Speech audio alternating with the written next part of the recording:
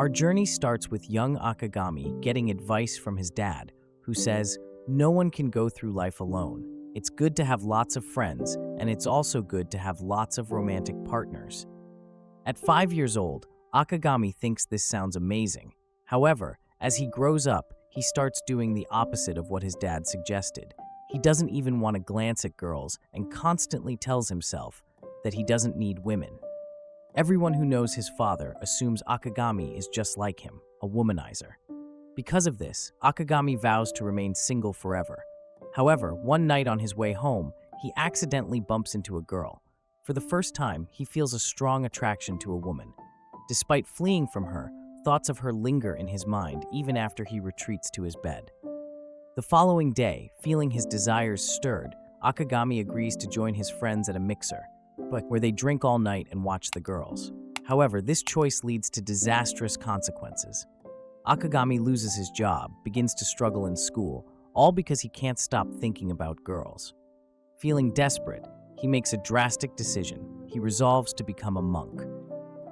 His uncle supports his choice and arranges for him to be accepted into the Mikazuki temple. Dressed as a monk, Akagami arrives at the temple only to be greeted by the girl he fell in love with at first sight. Shocked, he wonders if she is just a figment of his desires. To make matters worse, she mistakes him for a monk and quickly rushes off to change her clothes. When she returns, she introduces herself, leaving Akagami feeling overwhelmed. Her name is Aoba Yuzuki. Akagami notices that her stole is poorly adjusted and falls off. Panicking, he attempts to flee from her, but Aoba, wearing almost no clothes, pursues him. Unable to resist any longer, Akagami blurts out a marriage proposal. After catching up to him, Aoba takes him inside for tea. She explains that the head priest is not present and was expected to arrive the next day. Akagami realizes there must have been a miscommunication with his uncle. Suddenly, Yuzuki asks him about his interests, and Akagami, feeling overwhelmed, flees to the garden. He believes it's some sort of admissions test and fears he's already failed by proposing to her.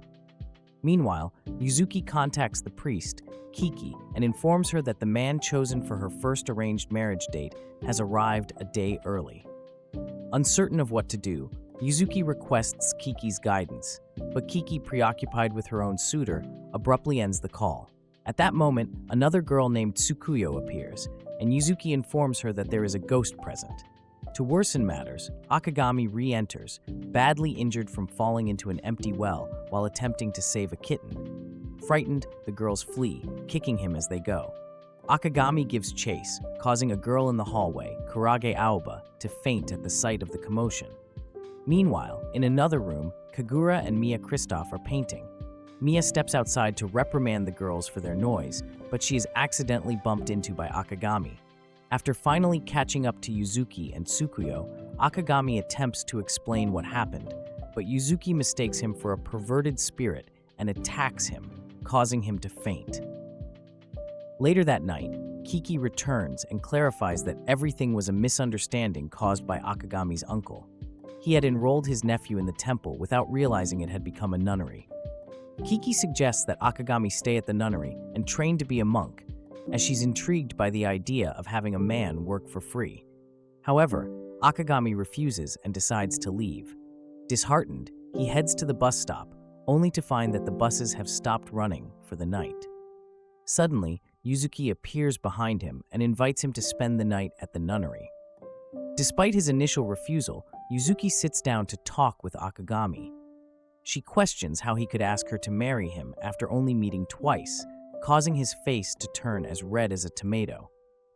They then formally introduce themselves, but when Yuzuki hears Akagami's name, she decides to take him back to the temple. Upon their return, it is revealed that Akagami's father embezzled a large sum of money from the temple.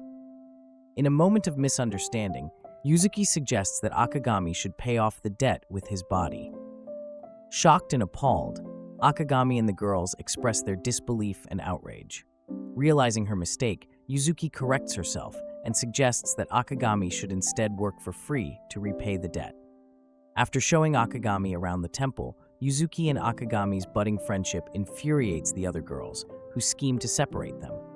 Kiki suggests that one of the girls should seduce Akagami, and once he falls for her, they can throw him out of the temple. She determines that Tsukuyo, with her voluptuous body, should be the one to do it, and the other girls agree. The next day, Akagami rises at 5 a.m. to clean the temple and prepare breakfast for the girls. However, Yuzuki also wakes up early, and Akagami's admiration of her body nearly causes him to burn breakfast. Meanwhile, Tsukuyo begins her day by attempting to seduce Akagami, showing him a glimpse of her cleavage and persuading him to agree to her demands. The issue arises because Akagami excels at every task assigned to him and completes them quickly. In an attempt to challenge him, Tsukuyo insists he wear light work clothes and begins his monk training. However, lacking waterfalls for meditation, she improvises by using a hose to wet him while he attempts to meditate, despite the cold. Surprisingly, Akagami barely reacts, considering it a small victory, especially when he catches a glimpse of Yuzuki in her school uniform. Tsukuyo comes up with a new plan. She texts Yuzuki to meet her in the bathroom in 5 minutes. Then she sneaks into the bathroom while Akagami is showering. She hopes he'll be surprised by her curvy figure and make a move, but everything goes awry. Tsukuyo trips and gets flustered, and Akagami does too. To make matters worse, he accidentally falls on top of her and kisses her just as Yuzuki walks in on them. Tsukuyo begins to apologize, but Yuzuki interrupts, telling Akagami to leave. Throughout the day, Yuzuki avoids Tsukuyo, as seeing her only reminds her of Akagami. She confides in Tsukuyo, revealing that she was aware of her plan all along. Tsukuyo, feeling remorseful for her actions towards Akagami, wants to apologize, but he has already left the temple. Unfortunately, Akagami's luck takes a turn for the worse when he discovers that his old apartment has been rented out and his belongings have been discarded by the owner. Homeless and with nowhere to go, he finds himself living in a box under the bridge. Later, Yuzuki stumbles upon him and begins to scold him for leaving the temple. However, Akagami can't even meet her gaze because of the rain, which has made her clothes see-through. Despite this, Yuzuki admonishes him for not relying on others and reminds him that no one can live alone. She then invites him back to the temple. As they arrive at the temple, Tsukuyo also seeks out Akagami and offers her apology. However, when they reach the temple, Miya faints upon seeing Akagami, as she believed they had already gotten rid of him. While Tsukuyo and Yuzuki head to the baths, Akagami begins to prepare dinner, with Kurage offering to help him. During their interaction, Kurage expresses negative sentiments about Yuzuki, calling her dumb and useless. Caught up in his thoughts, Akagami daydreams about wanting to get to know Yuzuki better. Unfortunately, his musings are overheard by Kurage, who accuses him of being a pervert.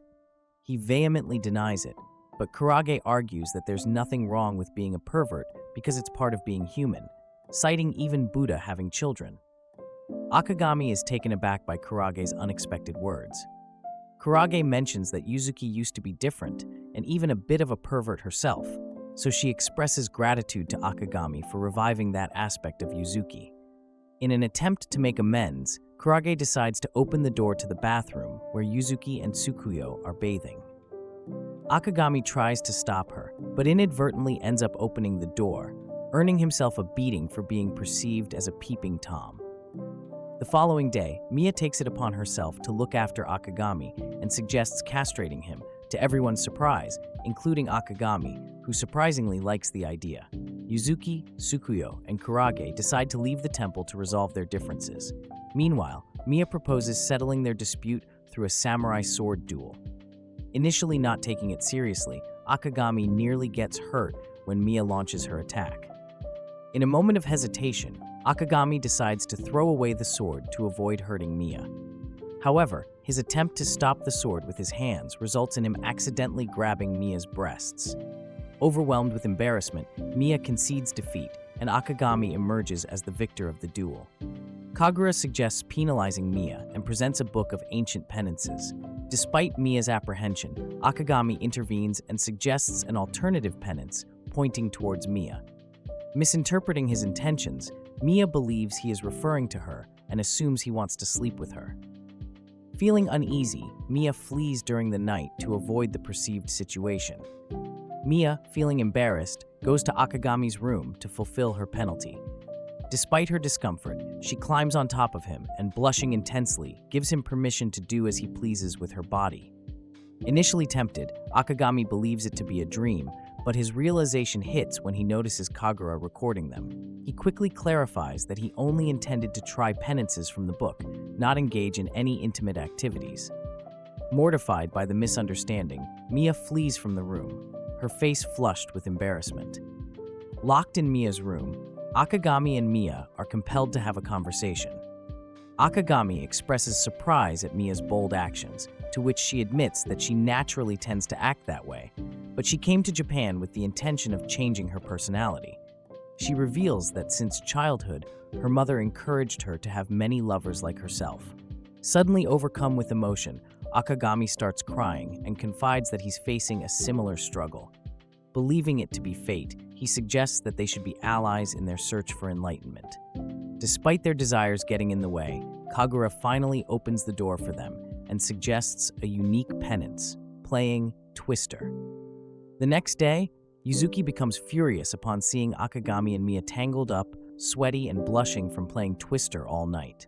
As punishment, she forces Akagami to meditate in repentance.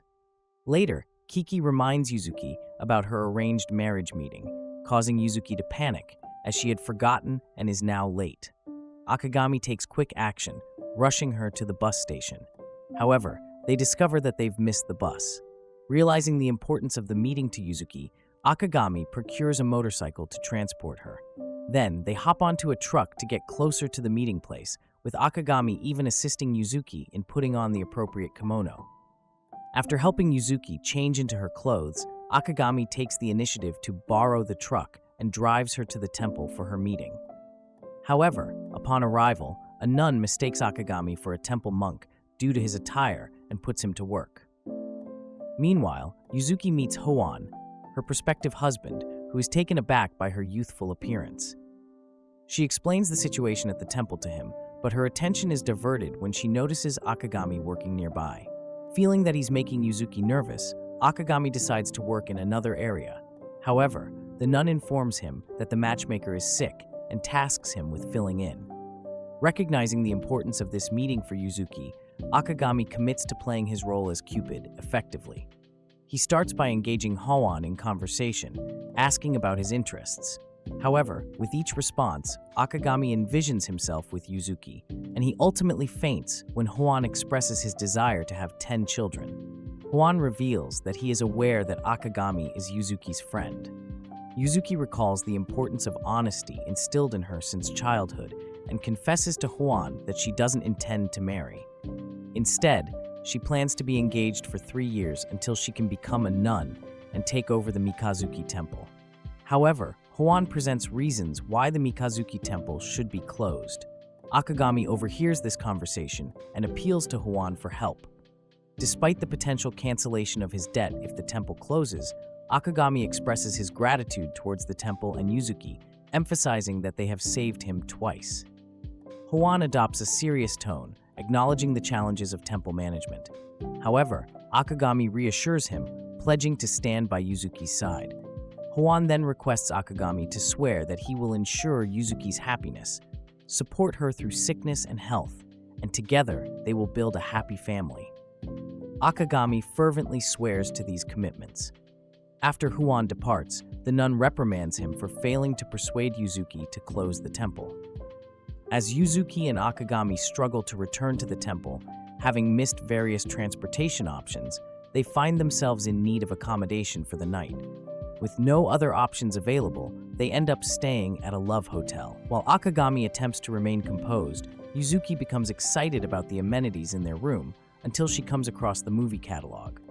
After Akagami finishes bathing, Yuzuki decides to take her turn, but she emerges from the bath blushing. It turns out that she started watching an adult film while Akagami was bathing. Faced with this unexpected situation, Akagami weighs his options. Eventually, he decides to yield to his mischievous side, willingly restraining himself so that Yuzuki can use him as she sees fit. She opts to place a mask over his eyes, ensuring that he remains restrained while asleep.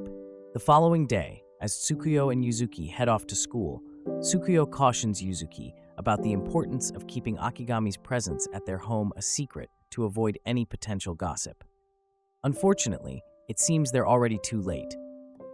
Tsukuyo's friends inform her about the rumors circulating, claiming she has a boyfriend due to allegedly being seen kissing a guy dressed as a monk under the bridge. Tsukuyo inadvertently confirms the rumors by denying the specific location of the kiss, inadvertently implying she indeed has a boyfriend. With the news spreading rapidly, the situation worsens when Tsukuyo forgets her lunchbox and Akagami shows up at the school to deliver it to her.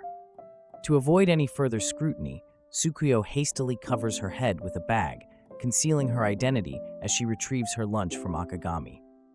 When Akagami regains consciousness, he finds himself in the infirmary, where Tsukuyo informs him that he must leave once physical education class concludes to avoid being seen. However, their conversation is interrupted when Tsukuyo's friends unexpectedly enter the infirmary. To conceal Akagami, Tsukuyo hastily hides him beneath her body in the bed, but her friends grow suspicious. In a bid to divert attention, Tsukuyo embraces Akagami more tightly, inadvertently causing him to struggle for air as he grabs her boobs, and also prompting him to bite her. After her friends depart, they inquire why Tsukuyo hasn't returned to the archery club, to which she claims she needed a break. As they leave, Akagami assures her he'll manage the household chores at the temple, allowing her to resume her activities with the archery club. Later that night, Tsukuyo reflects on her initial admiration for Yuzuki, which had inspired her to join the archery club, only to abandon it later to assist with temple duties, much like Yuzuki had done before her. The following morning, Yuzuki instructs Akagami in the art of archery, emphasizing its meditative qualities and revealing her own past involvement in the archery club. Later, Akagami approaches Tsukuyo, despite her evident frustration, to inform her that he has completed all the temple chores, granting her the opportunity to attend the archery club. While out for a stroll to ease her mind, Tsukuyo inadvertently finds herself at the archery club, where fond memories come flooding back. Unbeknownst to her, Akagami has followed her there, prompting her to flee in embarrassment at the thought of being seen together. At the riverbank, Tsukuyo confides in Akagami, expressing her guilt over Yuzuki's sacrifices for the temple. She explains that she left the archery club because she felt obligated to support Yuzuki in managing the temple, while Tsukuyo herself found joy in archery. Akagami, however, leads her back to the temple, challenging her perception. Upon their return, they find Yuzuki practicing archery, revealing Tsukuyo's inadequacy with the bow. Kurage bluntly points out how Tsukuyo's affection for Yuzuki clouded her judgment of her archery skills. Yuzuki reassures Tsukuyo that she finds fulfillment in caring for the temple, urging her to pursue her own desires without concern for familial obligations. That night, Tsukuyo confides in Akagami, expressing her decision to rejoin the archery club. Curious, she asks why he supported her. Akagami reveals his motivation, citing his desire to prevent others from enduring the limitations imposed by his father's reputation. The following day, Tsukuyo deliberately leaves her lunch behind, prompting Akagami to deliver it to the archery club. Her friends assume he's her boyfriend, but Tsukuyo clarifies that he's more like family to her. Days later, Yuzuki steps on the scale and is shocked by the number she sees. Convinced the scale is cursed, she shares her theory with the other girls, who also confess to weighing themselves and getting unfavorable results. Despite their attempts to rationalize the situation, they conclude that since Akagami's arrival, they've been indulging in his delicious cooking, leading to weight gain. In an effort to shed the extra pounds, they agree to start doing Pilates together. The following day, they begin their Pilates routine, but they quickly tire out and feel embarrassed about asking Akagami to cook diet-friendly meals. However, Kurage surprises them by expressing her fondness for his cooking and her desire for him to stay at the temple indefinitely. She even suggests that one of them marry him to ensure he remains there permanently. Just then, Akagami enters the room with a tray of Japanese sweets, and despite their intentions to eat healthily, they find themselves unable to resist indulging in the treats. The following night, Kurage pours her thoughts into her diary, contemplating the positive changes that Akagami has brought to the temple. She wonders if he would be willing to wait until she reaches adulthood to marry her. The next day, Yuzuki requests that Akagami include pickled radish in her meal. Sensing her somber mood, Akagami prepares the best lunch he has ever made. However, when Yuzuki eats it with a stoic expression, Akagami is overwhelmed with sadness, believing that she no longer enjoys his cooking. Later, Akagami discovers Yuzuki with Kiki, who reveals that Yuzuki has been training to become the head of the temple. Her serious expression while eating radishes was due to her focus on her training. Relieved by this revelation, Akagami expresses his joy, and Kiki offers to train him as well, much to Yuzuki's delight. Suddenly, Mia appears and expresses her desire to also undergo training to become a priest. Kiki agrees to train both Akagami and Mia, but explains that they must first go through Tokudo, a formal ordination ceremony. Currently, they are simply ordinary individuals residing in the temple, and the training is necessary for them to attain priesthood. This revelation shatters Akagami, as he had restrained his desires, believing himself to be already living the life of a monk. Now realizing he's just an ordinary boy, he fears his desires may resurface. However, Yuzuki reassures him that the desire for enlightenment is the first step, affirming that he's on the right path. As Yuzuki continues her training, Kiki reveals to Akagami that she's pushing herself harder to achieve results in 6 months that would normally take years. Moved by her dedication, Akagami decides to undertake the same rigorous training alongside her. However, Mia becomes jealous, feeling left out. Suddenly, Hoan arrives at the temple and requests to speak privately with Kiki, Yuzuki, and Akagami. He informs them that if Yuzuki doesn't commence Tokudo within 3 months, he will terminate their engagement. The Tokudo training commences, intensifying with strict guidelines. Colored underwear is prohibited, emphasizing modesty. Mia and Yuzuki find it uncomfortable to wear monk work clothes without anything underneath. During meditation to connect with the air, Akagami excels, having desired this training since his arrival. However, he gets distracted by the girls' moans when they're reprimanded for lack of focus, leading to him also receiving punishment. Akagami finds copying sutras straightforward, but continual sexual mishaps lead to reprimands from Yuzuki. That evening, Akagami and Mia apologize to Yuzuki for hindering her progress, explaining they bought white underwear to prevent further inappropriate incidents. However, night training proves challenging as Kiki announces they must sleep together on a single tatami mat. Despite being wrapped in separate blankets, the trio struggles to sleep. The following day, Kiki locks them in the sauna, insisting they must build resistance to the opposite gender. Akagami feels conflicted, but the girls motivate him to persevere. To distract themselves, they discuss their experiences thus far. Mia and Akagami share their secret desires, feeling ashamed for hindering Yuzuki's progress. Despite claiming to have no hidden desires, Yuzuki struggles with jealousy whenever she sees Akagami with Mia. Kiki's revelation about hidden desires leaves Akagami and Mia stunned, especially as Yuzuki continues to deny having any. Later, as they're given free time to rest, Mia eagerly joins Kagura, while Akagami hesitates. Yuzuki notices his unease and asks about it. Akagami confesses his fear of Christmas Eve, recalling how his father would invite numerous lovers over, causing chaos. As a child, he overheard everything from the next room. Yuzuki takes Akagami to the city for a day out, helping him forget his past Christmas trauma. As they shop for gifts for the upcoming Christmas party, they visit a budiel store. Yuzuki excitedly shows Akagami the different Buddhist beads, explaining their significance. However, they find the beads they want are expensive, expressing hope to buy them someday. The saleswoman, who happens to be Yuzuki's family, assumes they're a couple and begins showing them wedding and fertility beads. Akagami quickly corrects her, causing confusion as Yuzuki blushes. To end the awkward situation, Yuzuki buys a trinket and they leave the store.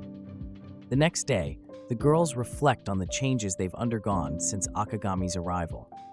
They're pleased that they've moved past the idea of kicking him out of the temple, seeing the positive impact he's had on their lives.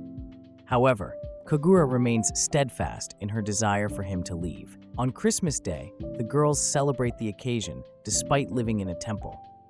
Akagami seizes the opportunity to prepare a lavish Christmas feast as a gesture of gratitude for all they've done for him. However, when Yuzuki explains the tradition of exchanging gifts randomly, Akagami starts to feel nervous, because he bought a specific gift for her. To deflect from this, he pretends he has no gift and jokingly offers his organs to sell on the black market. However, the girls insist that he can give coupons for tasks around the temple instead. As they begin opening their gifts and enjoying the festive atmosphere, Kagura surprises them all with tickets to the hot springs. Later, when Yuzuki and Akagami finally find themselves alone, they express gratitude to each other for bringing joy to Christmas.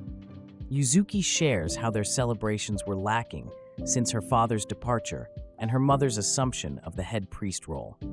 They exchange gifts, only to discover that they both bought prayer beads for each other. In Buddhist tradition, exchanging prayer beads is akin to exchanging rings in a marriage ceremony. Blushing furiously, they are interrupted by Kiki before they can delve deeper into their feelings. Kiki brings urgent news about Yuzuki's Takuto ceremony, revealing that it's scheduled to take place at the temple soon, coinciding with an impending inspection. If the inspection doesn't go well, the ceremony could be canceled. Yuzuki and Akagami are thrown into panic mode, realizing the temple's dire financial situation, highlighted by even the main figure being patched up with duct tape. Despite the pressing issue, Kiki insists they take a break and head to the hot springs to unwind before tackling the problems head-on. As they arrive at the inn, they notice some peculiarities, like its luxurious nature and the owner's tearful reaction upon seeing Kagura. Akagami is directed to change separately and is served a welcome drink that turns out to be a tonic aimed at increasing virility. He's then escorted to the hot springs, feeling somewhat bewildered by the unexpected turn of events. As the girls luxuriate in the hot springs, taking advantage of Kagura's delayed arrival, Yuzuki and Tsukuyo take the opportunity to inquire about Kagura from Mia, given her penchant for recording. Mia reveals that Kagura has been her steadfast companion since their school days. When Mia made the decision to come to Japan and join the temple, Kagura stood by her side, demonstrating unwavering loyalty. Despite Kagura's secretive nature, Mia trusts her implicitly, confident that her best friend would never betray her. On the other hand, Akagami is hiding behind the bushes because he was taken to the wrong hot spring, and he doesn't want to be seen or accused of being a peeping Tom. Kagura enters and realizes that he is hiding and asks the girls what they would do if Akagami sneaked in to peep at them. They say they will be angry, and Kagura adds fuel to the fire and says that would be a terrible act of breaking trust. But the girls consider it better and say that if that happens, they would listen to him first. And Akagami starts to cry with relief and wants to tell them what happened and announce his presence, revealing him in all his glory. The girls scold him for what happened, but they forgive him because he was willing to reveal his presence and because they are a little delighted with his body. After that, they all decide to return to the temple, but Kagura wants to play a little longer, and Mia decides to stay with her. Akagami, feeling uncomfortable, attempts to leave, but Kagura insists he stay. He opts for an indoor bath, puzzled by his lingering warmth. Kagura, undeterred, offers to adjust the temperature. Despite his attempts to evade her, she persists, tempting him by disrobing and kissing his ear. Faced with overwhelming temptation, Akagami resorts to hitting himself between the legs to resist. Kagura then reveals her ulterior motive.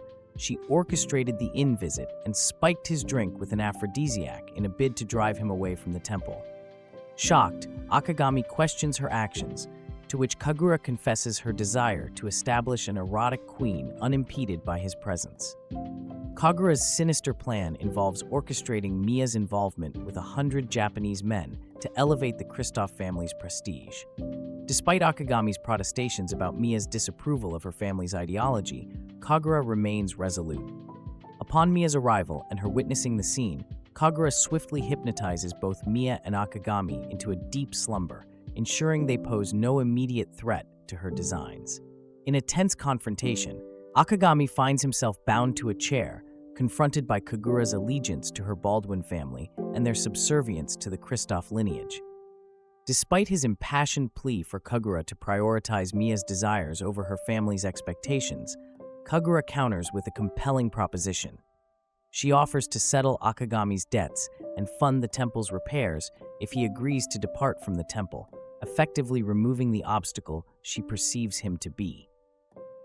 The weight of Kagura's offer weighs heavily on Akagami's mind as he tries to maintain focus on the day's activities. The task at hand involves making mochi for the parishioners, a seemingly innocent endeavor. However, Kurage's observation about the mochi-making process being suggestive due to its association with fertility stirs some discomfort among the group. Kagura, ever the provocateur, suggests following a peculiar ritual outlined in the Book of Penances, involving the girls dressing up as bunnies and Akagami assisting them by holding them from behind. Caught in an awkward predicament, Akagami finds himself assisting Miya with the mochi-making ritual, only to be further entangled when Tsukuyo joins in dressed as a bunny. His attempt to evade the situation fails as Yuzuki witnesses the scene and misconstrues Akagami's involvement, leading to her anger. Seeking solace in the act of cooking, Akagami prepares miso soup to combat the cold and offers a plate to Kiki, who ponders the potential outcome if Yuzuki proceeds with the tokudo. Akagami finds himself at a loss for words, unsure of how to respond to the impending situation. Days later, as they visit the shrine to offer thanks and seek blessings for the upcoming year, Akagami's cautiousness leads him to have the girls wear masks and sunglasses, fearing rivalry between shrines and temples. Yuzuki reassures him that such animosity is a thing of the past. Amidst the festivities, Yuzuki expresses her hope for continued gatherings and the protection of their temple. Akagami's memory of his oath to Huan propels him to seek out Kagura with a newfound determination. As Kagura reminisces about the origins of her friendship with Miya, she recalls how she initially employed reverse psychology to encourage Miya to challenge her family's beliefs. Miya's opposition to her family's philosophy prompted Kagura to orchestrate Miya's journey to Japan, aiming to awaken her true desires. However, Miya's mother demanded evidence of Miya's activities, leading Kagura to fabricate collages depicting Miya in compromising situations. With Akagami's arrival, Kagura grew apprehensive, fearing that Miya might develop feelings for him, which would contradict the strict rules against love in the Kristoff family. Akagami's steadfast refusal to accept Kagura's offer unsettles her, especially as she realizes his commitment to supporting Yuzuki and fulfilling his promises to Miya. Kagura's anger bubbles to the surface as she grapples with the prospect of Akagami and Yuzuki's eventual union, foreseeing potential heartache for Miya. Their confrontation escalates, culminating in Kagura lashing out at Akagami before storming off. Outside the shrine, Miya offers a comforting perspective, suggesting that Kagura's resourcefulness may lead her to find alternative solutions. Despite the tension, Miya's gesture of support for Kagura underscores the complexity of their relationships and the bonds they share. The next day, Akagami is woken up by Yuzuki, telling him that she and Kiki are leaving, but Miya and Kagura stay awake, which scares Akagami a lot. He goes to do the breakfast, and every time Miya mentions Kagura's name, he trembles with fear, so Miya sets out to help them become friends and locks them in the warehouse. Kagura first thinks about him, and then telling the girls that he had an affair with her, so they would throw him out of the temple, but he runs away to the farthest corner from her, and he says that he doesn't want to ruin their friendship, so she thinks that he's trying to flirt with her, and she comes up with a new plan. Kagura plans to make Akagami fall in love with Miya, and then bring him to the Kristoff family. Seeing that he is like them is a perfect plan.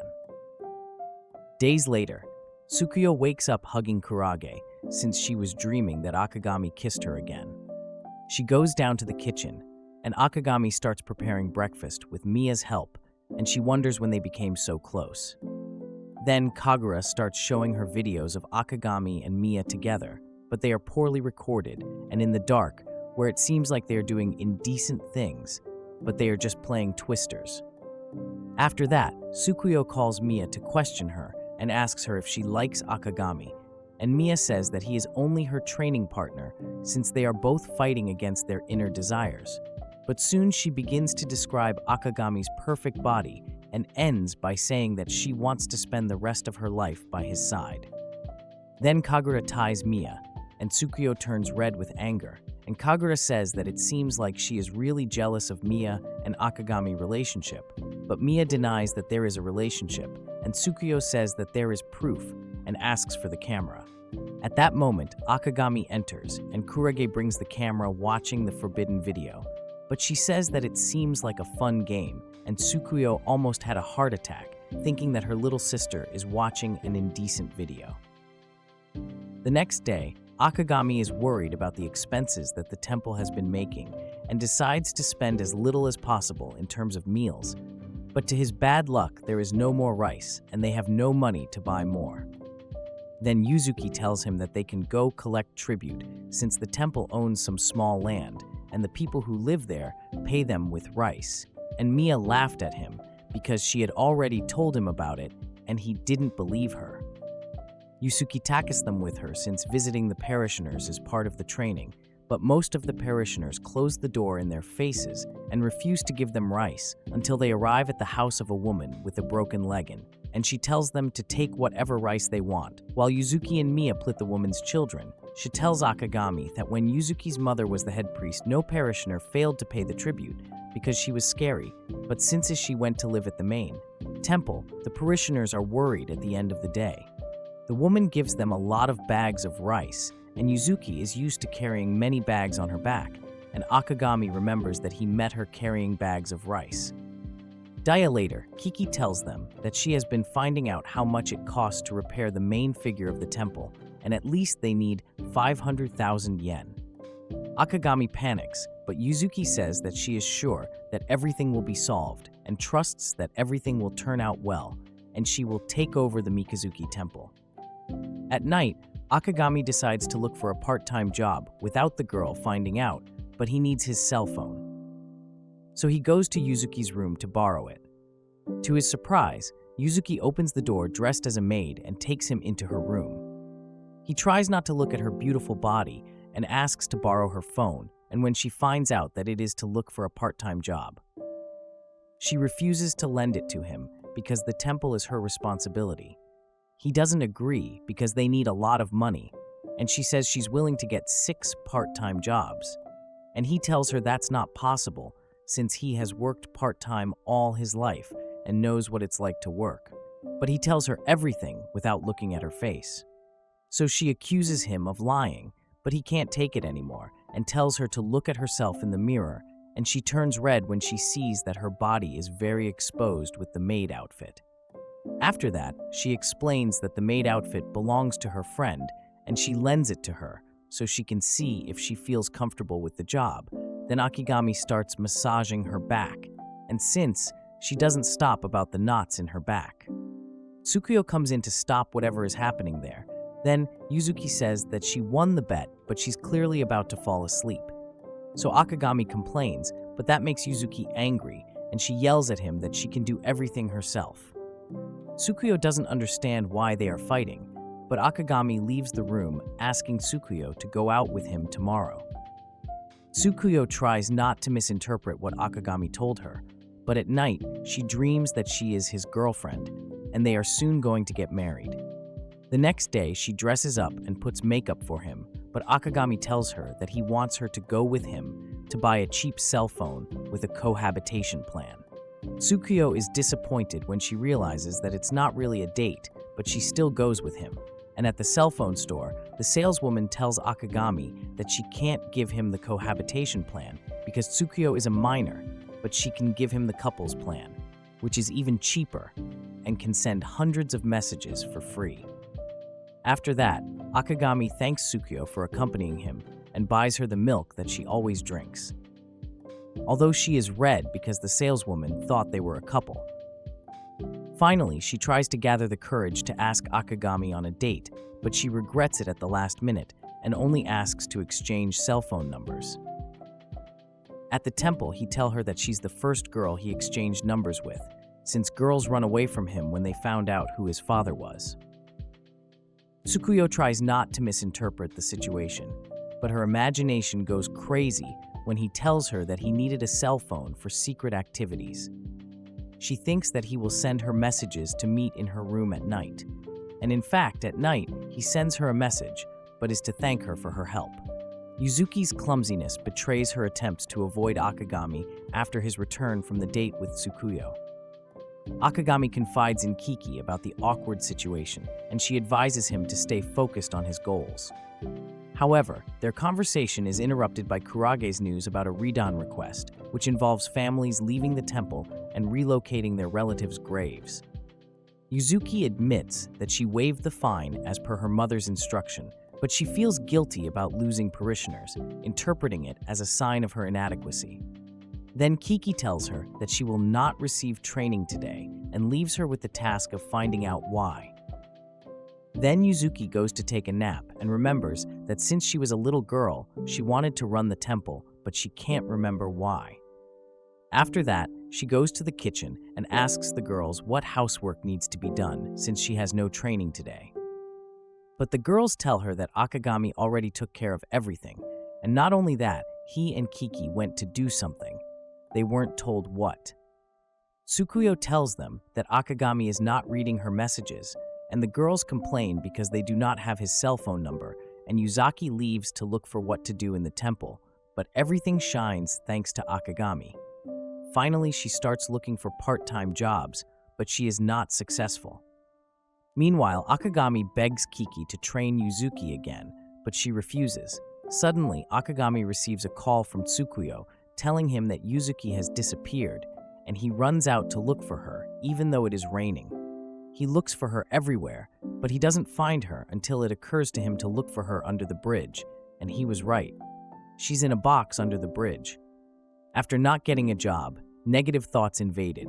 Yuzuki remembering how her mother told her that she can't take care of the temple, and no matter how hard she works, she still hasn't been able to achieve her goal. Then Akagami gets teary eyes, seeing her so sad, and hugs her, and that's what she needed, so she hugs him back. Yuzuki wakes up to find Akagami by her side, having cared for her throughout the night. Moved by his gesture, she asks how he found her, and he shares his own experience of isolation and the realization that no one can truly live alone. He expresses his desire to be a part of her life, which brings Yuzuki to tears as she acknowledges the burden he carries due to her responsibilities. However, Akagami reassures her that he does everything out of love for the Mikazuki Temple and reminds her of her own childhood dream of taking charge of the temple. This realization reignites Yuzuki's passion for her role, and she expresses gratitude to Akagami for reminding her of her true purpose. With the support of Akagami and her friends, Yuzuki realizes the error of isolating herself and agrees to accept help in running the temple. Kiki also approves of Yuzuki's decision to return to her training, acknowledging her newfound determination to pursue her goals despite setbacks. As Yuzuki prepares to resume her training and rebuild the temple, she feels grateful for the support of those around her.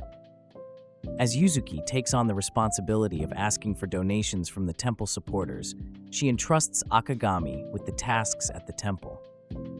This gesture of trust strengthens their bond, and Akagami feels determined to fulfill his duties diligently.